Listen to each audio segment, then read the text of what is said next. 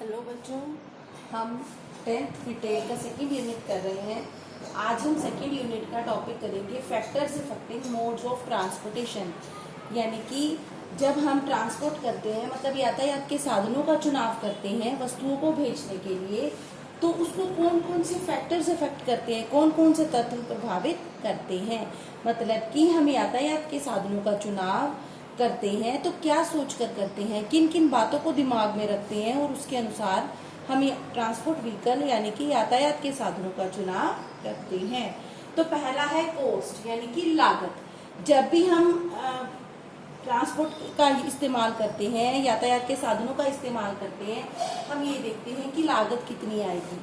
हम लागतों का हमेशा ध्यान में रखते हैं। जैसे कि अगर कोई वस्तु 10 रुपए की है लेकिन उसको भेजने के लिए अगर हम 15 रुपए खर्च कर रहे हैं तो ये तो गलत है। वस्तु से ज़्यादा उसको भेजने का किराया पड़ रहा है। तो लागतों को ध्यान में रखा जाता है। ऐसे तो कि सबसे ज़्यादा फास्ट और जल्दी तो जो एयर ट्रांसपोर्ट है यानी कि जैसे एरोप्लेन है वो पहुंचते हैं, लेकिन उसकी लागत अधिक आती है।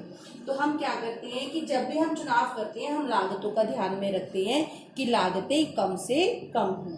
नेक्स्ट है स्पीड यानी कि गति। अगर कोई चीज़ बहुत जल्दी भेजनी है, ज़्यादा स्पीड की ज़रूरत है, तो हम एयर ट्रांसपोर्ट यानी कि वायुयान, जहाज इसका इस्तेमाल करेंगे। अगर बहुत जल्दी नहीं है तो हम रोड का इस्तेमाल कर सकते हैं।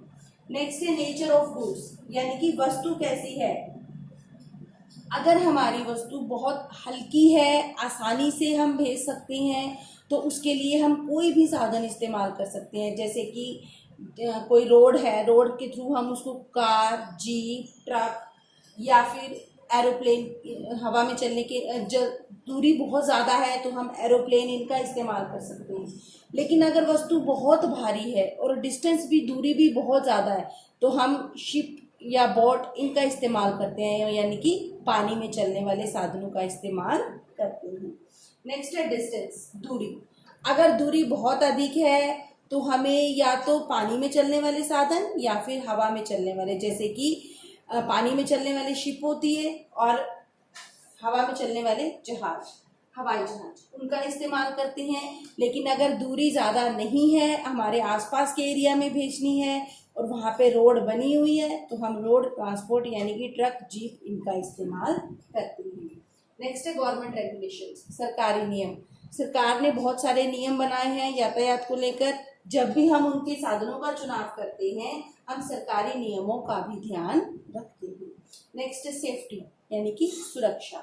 जब भी हम वस्तुएं भेजते हैं हम किस साधन का चुनाव करेंगे जिसमें वस्तुएं सुरक्षित रहें, आसानी से, सही तरीके से सुरक्षित कस्टमर के पास पहुंच जाएं, वस्तुओं में किसी प्रकार की टूट फूट ना हो। नेक्स्ट है टाइम। टाइम की हमें ऐसे साधन का चुनाव करना चाहिए जिससे कि हम समय पर, सही समय पर वस्तुएं कस्टमर तक पहुंचा सके। कस्टमर तक वस्तुएं पहुंचाने में किसी प्रकार की देरी ना हो। हम सही समय पर, जो समय हमने कस्टमर को प्रॉमिस किया है, हम अपने प्रॉमिस किए हुए टाइम पर कस्टमर को गुड्स पहुंचाते हैं।